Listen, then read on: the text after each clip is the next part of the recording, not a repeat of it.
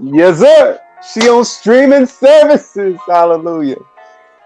Yeah, when That's they announced that she was going to be released finally on all platforms, people were there was mixed feelings. They were happy, but they were also actually, to be honest, most comments that I saw, they were happy about it, and they were just like, you know what, we get it, but like, fuck the family, we want the music. I mean, basically, what it is for me, fuck the family drama. I just want the music because all it's doing, like what they're doing is just playing tug of war with the fans. Then you got Rashad, he on Twitter and Instagram and shit. He blocking the fans that's supporting the music being released and shit, weird shit. And then you got, you know what I'm saying? Is, we gotta think of why it's that deep. What may be the reason to why it's that deep? Why that's are their they family. so I don't know. Why are they so against her uncle getting any or pocketing any money off of her music? Why? Mm-hmm. So maybe they should come out and say that. Like, they're just happy the music's there. I get it. We all are. Mm-hmm. It's exciting, especially to see the fact that she got over 5 million views within the first hour. Yep. Some shit like that. That's fucking big. Bro. So it's what everybody wanted. Everybody for years has been crying and begging and mad over her music not being on streaming services. But the question is, it was a big does the family want, you know, I guess because, I mean, from the statement that I've read that Rashad put out, you know, it was basically like they want the funds to go to the Aaliyah Memorial Fund. I guess Barry's keeping the funds for himself. I don't know. Maybe he's not getting them a cut. I don't know. I forgot what he said in the Billboard interview. What Barry said in the Billboard interview about, you know, his about Aaliyah's family. Yeah. But like, you think of that, you think the Aaliyah albums alone, but he did this also to Tony, to Tim, to Tank, and to JoJo. JoJo had that whole fucking legal battle. Yo, I remember that going back to like, I was still in my teenage years when that fucking started. I remember it being a fucking issue, and for the longest time she was in court fighting him, but like their music wasn't available either. Yeah. And so it's like, they're getting paid though. Huh? They're going to get paid though. They're going to get paid for their music, his streaming services. I know Tank said he was. Yeah, I saw that, and there's like something about like personal, whatever opinions and shit like that. So I don't know if the family is or not, but I guess not. I don't know. But my thing is, it's like obviously there was more of an issue on Blackground's end with releasing the music because it was more than just Aaliyah that they were holding back. Mm-hmm. So it's like, yeah, the family and him, they had their legal battles and all this shit, but it's like obviously it went more than Aaliyah. It was all these other artists that fucking their albums weren't out. Yeah, now, he also said that Diane was the one that didn't want the music out. I remember you saying, yeah, that's fucked That's up. What he said on the new Billboard interview. He said that his sister Diane, Aaliyah's mom, didn't want the music out, and that out of respect for that, he pulled it. And then they released a statement saying that they were trying to get Aaliyah's music out. You know, back then, like a few months ago, I think last year or sometime, right? They released a statement. They were like in communications with getting the music out on streaming services and everything. And then Barry said it was early in the new year. Yeah, he took that and said that, you know, that was like the green light for him to like get it out or whatever. So I don't know, and like he said that they haven't talked. So I don't know if they're like playing this. I don't know what's going on, but it's a family drama, and all it's doing, to be honest, is just hurting her legacy. I agree. Yeah, it's definitely hurting her legacy. I believe the family, though. I don't. Her uncle is known to be a very fucking dirty man. Very.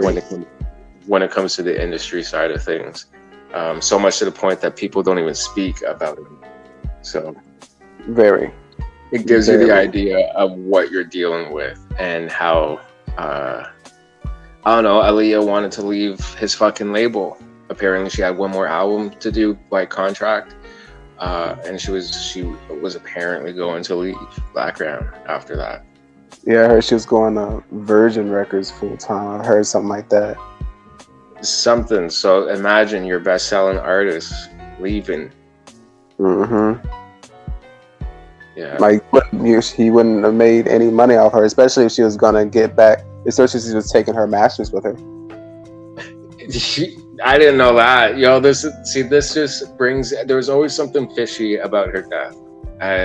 From the whole arguing with the pilot. The pilot was even against taking off. So why the fuck did he?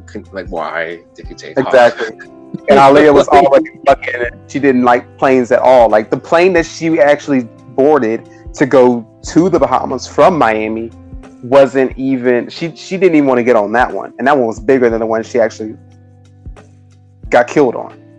She actually called her. Who did she call? Her brother or her mom or somebody, and said she didn't even want to get on it. Mom. I remember hearing about that. Yeah, she didn't even want to get on it. And yeah, but she basically said that she had to do it because she had to do it because she had to promote her song. Aaliyah said she had to do it, and she did it, and she lived on that one. But coming back, some shit, fishy shit. It's fucked up. Like, why would somebody argue to get on a plane when somebody says, "Hey, this plane could go down. This plane could go down, and you can die." Aaliyah won't know. Let me tell you, Aaliyah was not no dumb bitch. Aaliyah won't no dumb bitch. Yeah, she liked to be scared. She liked to go to movies and shit, but that's a different type of scared. She was not about to put her life and the people she loved. Because the people that she loved, like the people that worked for her crew, that did her hair, makeup, and everything, they were family to her too. So she wasn't going to put herself or them in danger. You know what I mean? Yeah, and I don't know. It always stood out to me the fact that this legal battle went on for so long, and her family is so determined to make sure that he doesn't pocket any of this money that to be made off of her music after her death. So I found it. I don't know. There's something there. I could. It always felt a type of way. I'll just say. Yeah, I mean. And I just don't feel like neither parties are innocent in certain things. Yeah. Like the family isn't 100% innocent. I don't feel like, and Barry, I know damn well he ain't 100%. Like his track record, that nigga track record is deep. Like never blowing. Him blowing up his ex-girlfriend car, buying up the fucking shop that she was working at just to fire her. Gladys Knight stating that he's an evil man. And Diane don't even talk. Haven't spoke for years. I heard he didn't even go to Aaliyah's dad's funeral. Like, that's how long this has been going on. But why? Yeah. And why don't the ever say anything? Like, they just don't want her name in anything so bad that they just keep their mouths shut. Yeah. But, I mean, but you never know for a reason. A lot of things that people can't just talk and be open about, right? So, yeah. And you never know, a man's shit, some NDAs or some shit might have been signed or something. I don't know how that shit works. I don't know. That man though doesn't have a good rep. Never have I ever heard anyone say good things about him. Yeah, he's a piece of shit. I don't care for him at all, to be honest. Yeah, and then you even had Mary J. Blige up on 106 saying that was a murder. Yeah, and even the interview she did, it wasn't on. I read this somewhere. Like she was like, how like Aaliyah's death made her change her ways, like her way of living. Yes, I remember that because she was in the party mode before that. Mm-hmm. And she was and she was like, I gotta change because there's no telling what freak accident they're going to pin on me, or some drug overdose they're going to pin on me. Isn't that fucked up? And then here we just find out that she was pretty much drugged in a sense. Yeah, in a sense, yeah. Like she was handed some type of pill that I don't know. I haven't. Yeah, that's why I'm really looking forward to reading this book. But I remember looking. I remember looking at that dude that's saying this stuff. I remember looking at his video on YouTube, like, because I don't remember him saying that she was unconscious getting on the plane. Like, she wasn't unconscious. He never said that. And Kathy even said, the author of this book even said that she wasn't unconscious. She actually was awake and boarded the plane. Mm-hmm. And I don't know. I don't even know where I forgot where I was going with it. That's what happens. Like, I don't know, man. I don't like talking about it sometimes. It's a sad fucking situation, man. Because bottom line, that girl just didn't even have to fucking die. No, she didn't. Especially for the fact that the pilot was even strongly against taking off. And then here, they never mentioned who was arguing with him. Yeah. I don't know if you've ever heard of who, but I didn't hear any. They just said someone from Aaliyah's team. Yeah, people of the media have always said Aaliyah and her camp, the people that were with her. Yeah. But then I also heard him, like, supposedly he's saying, the guy in the book, the witness of all this, saying that, like, the people that were with her were adamant about getting on the plane, because there were also, like, people that worked for the record company Blackground and Virgin that were with Aaliyah that died too. Yeah, I remember that. There was like a bit of her makeup team, and then some people from the record labels. Gina Smith, I think, worked with Blackground, and Douglas Pratt, worked with Virgin. I believe that's how it was. I don't know. So I mean, I don't know. Maybe they were the ones kind of pressuring. Maybe, I don't know. But then you have the call. Like, New York Times even posted this story, right? They had a call made to the aircraft company to skip the weighing process of the plane that they boarded to go to the Bahamas. Not the one that they died on, but go to the Bahamas. Why the fuck would anybody, an anonymous caller, by the way, why would someone call the aircraft company to skip the weighing process of a plane? Yeah, man. I don't know.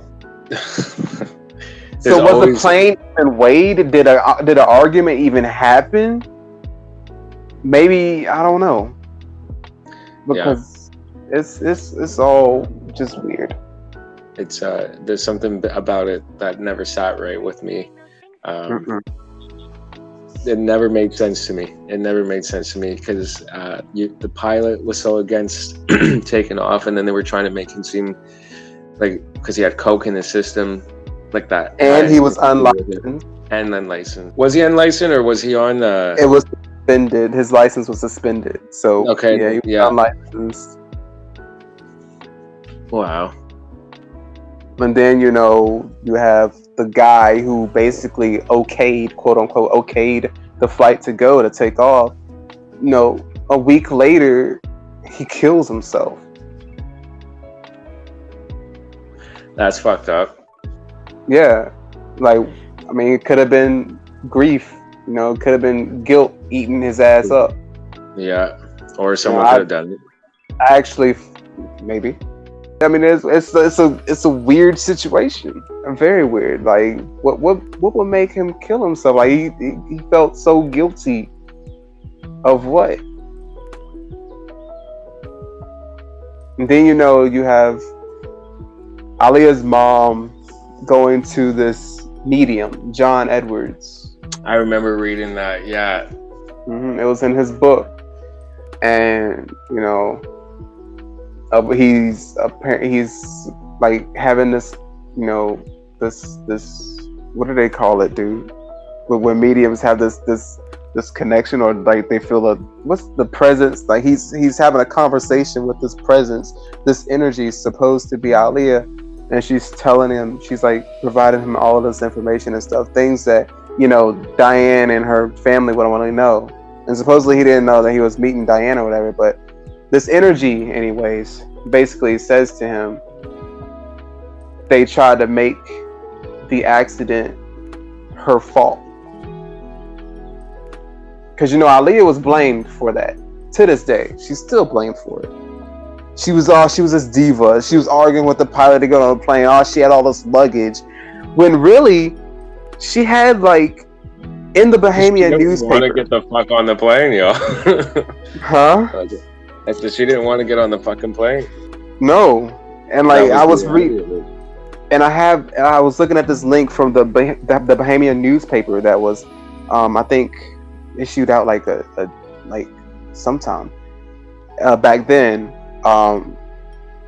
It says that a woman identified as Ms. McDonald at the court hearing said only 5 to 6 pieces of luggage appeared not to be that heavy.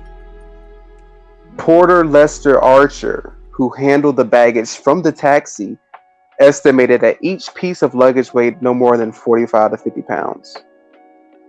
However, he gave the number of pieces at no more than 10. So basically what they're saying is that all the weight that they gathered together didn't even come out to, like... It wasn't even like a lot of luggage, you know? So that's it wasn't the reason for why that plane went down. No. It was a lot of people, number one, that's true. Mm-hmm. And also, it was a lot of fucking camera equipment. Like the footage equipment and shit that they used to shot the video. That never made sense to me because... At all. Like, how the fuck does... I heard about this, and I remember people were saying that, especially during that time, they're like, oh, the video got burned. Yeah. Like, and then we didn't expect a video. And then at one point, I remember seeing the video come out, and I was like, "Yo, what the fuck? We had the video, but like I thought all that cameras and all that shit was on the plane with it," because I remember hearing that. Yeah, I'm telling you, it's a lot of weird shit surrounding her death. Like I've never been able to wrap my head around it, other than, you know, the fact that like I've always had strong feelings that, you know, my girl was set up. Me too, and I think a lot of people feel that. I always call it a murder. Like when you have people come out and say that it's a murder, I listen to that shit. Cause I always, like, even as a little kid, I always, maybe because, you know, she was like young when she died, you know. But other than that, you know, it just felt like something in my gut. It just never felt right. Like it was just always like more to it. Like when I look at her death, I look at Biggie, Pac, people that were murdered. I even look at Left Eye, and she wasn't even murdered, but, you know, it's like weird shit surrounding her death too, like all the spooky shit that went on. We all watched Last Days of Left Eye. Like, that was that was weird. That was spooky. It was eerie, the shit that happened. Like her accidentally killing a young kid that ran out on the road in front of her. That had the same last name as her. Had the same last name, only the last letter was different. Her name was Lopes with the S. His was Lopes with the Z. Yeah, that was fucked up. That was some weird shit too. And, you know, Left Eye even had, like, I heard I think she said it on the documentary that she had dreams. Like a dream, like somebody was after her or following her. No, that was Aaliyah. Yeah, I know it was Aaliyah, but I heard it was Left Eye too. I thought I heard Left Eye say that in that documentary, or I heard someone say that. Yes, I know what you're talking about. Fuck, I don't remember exactly what, but I remember something like that she was like, I think it was a spirit. I think she was saying that there was a spirit chasing her. Yes, like a spirit was following her. Like a spirit was always with her. And then, you know, Aaliyah's dream that she revealed in like this magazine overseas about, you know, her favorite dream. She quoted it as her favorite dream. She says that she's running, she's scared, someone's after her, she's chasing her. Then all of a sudden she lifts off and she's free. She's at peace. And this was only weeks before her death. That's fucked up.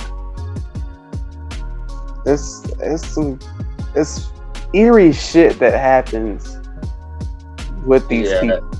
In the music, in the entertainment industry, period. It's always weird shit that happens. Like some guy he's been around the family. Jomo in particular, Jomo Hankerson, Barry Hankerson's son, Aaliyah's cousin, Jomo Hankerson, his nephew-in-law or someone actually came forward and stated that basically Aaliyah was murdered. Yeah, I wouldn't be surprised though. Yeah, and he said that the music, like that shit that you hear about in the music industry, and like you watch shows like Empire, like some shady shit like that happens in the music industry. Like Suge Knight. What was that story about Suge Knight and hanging people off balconies and shit? Oh, fucking what's his face? Vanilla Ice or Yeah, Vanilla Ice. I heard it was Vanilla Ice. Did you tell me that? Yeah, because he wanted him to sign the rights over to Ice. What's that song? Ice Ice Baby. All about them fucking rights. Yeah, and that goes back to Aaliyah. What was she doing? She was leaving Blackground. Supposedly, right? Sorry, what'd you say? Yeah, she was supposedly leaving Blackground Records to go on to Virgin Records full time, and she was taking her rights or masters. I don't know these fucking terms, but she was supposedly taking those with her, buying those back in the process of buying those back. And like she was a smart girl. You know, she graduated high school 4.0 grade point average. She was a smart girl. You could tell by the way she talked and everything. You know, she was a very intelligent girl. She won't no dumb bitch. She won't no, you know what I'm saying? She won't no basic ass chick. Her name was Aaliyah, not Aaliyah. Just goes to show how unbasic she was. She was that chick, okay? Yeah. She was that chick, you know. She just wasn't dumb. She was hip to it, and she was hanging around business moguls like Dame Dash and Jay-Z, who probably put her up on game. You know what I'm saying? Like she probably talked to them about this. Like she probably knew about this shit. Yeah, well, we also got to take into consideration the fact that she was 22 and she was already handling her business like that. She pretty much wanted to get away from her uncle, from the sounds of it. Yeah. Based on what we hear, just based on what we hear. Like I said, we don't know how much is fucking true, just because people talk a lot. Yeah. But yeah, but you know, it's regardless, there's always something fucked up with her death, and the fact that it was just the fact that it happened the way it did, it could have been avoided. Someone was trying to avoid it from happening, and then I don't know, just now that her music's released 20 years later, and the family's still just kind of like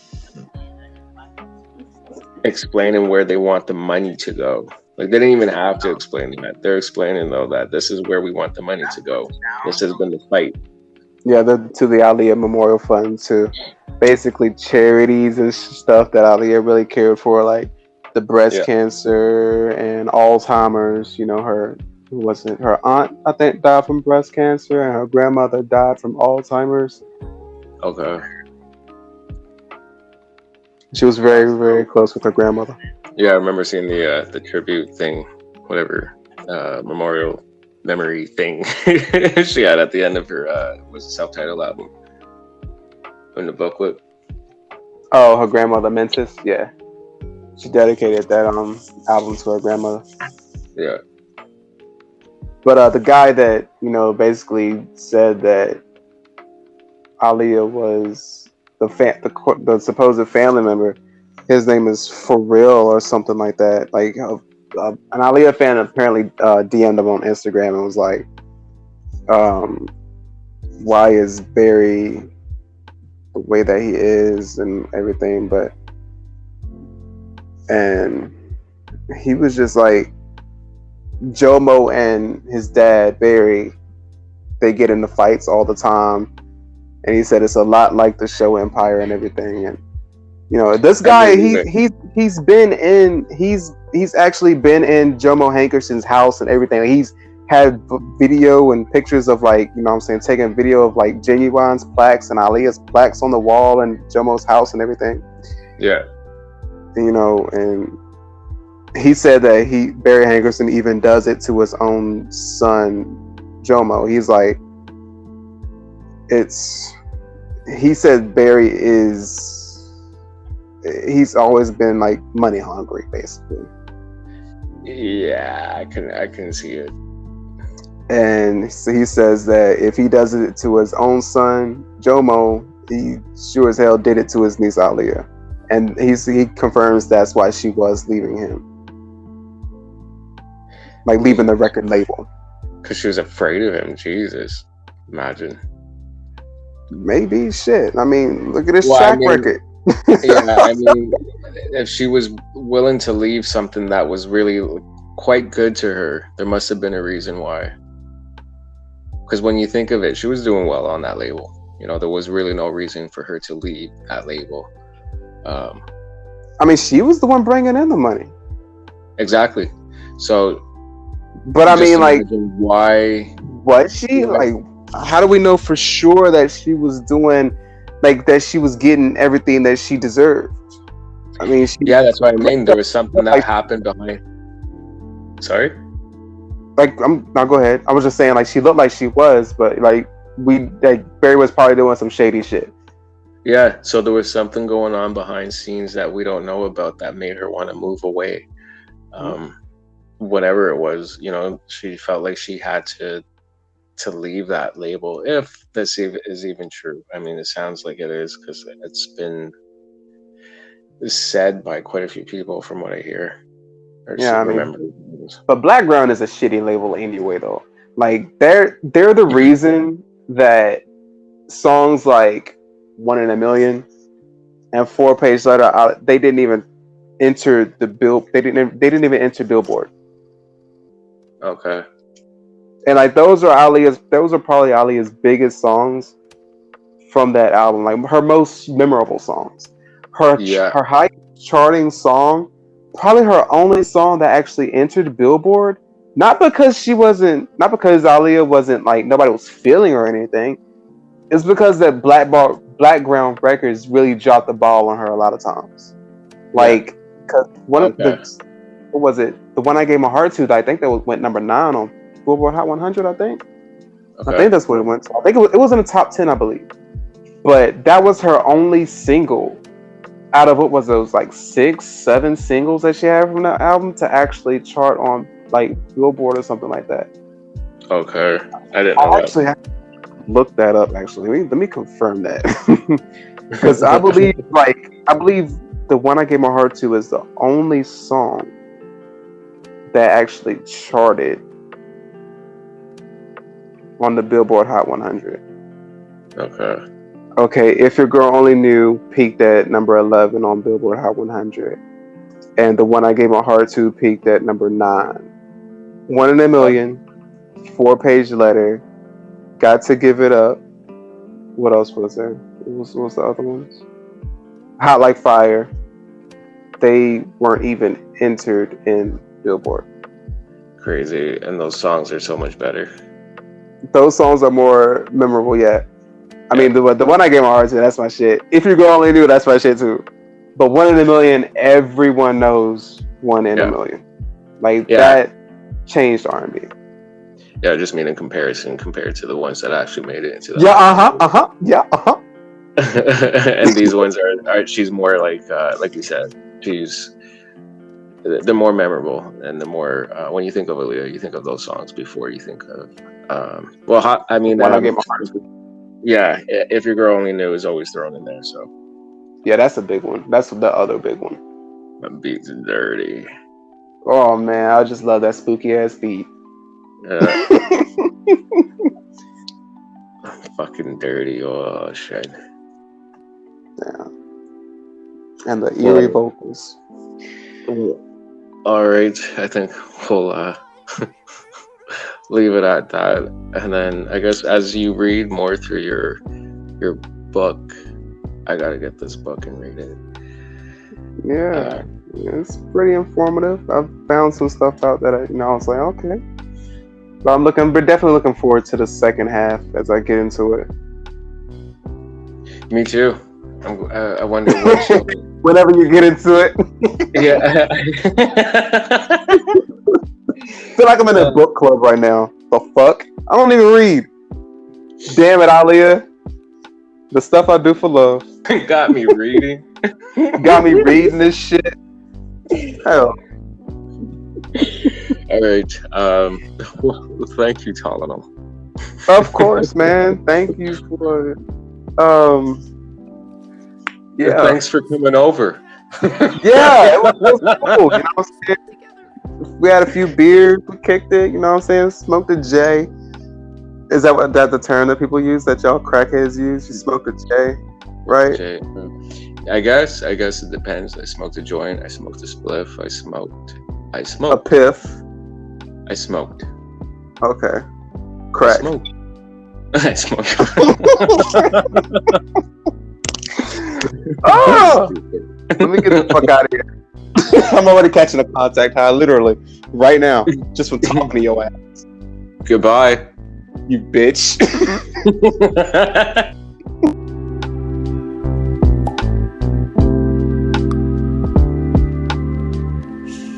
Hush now.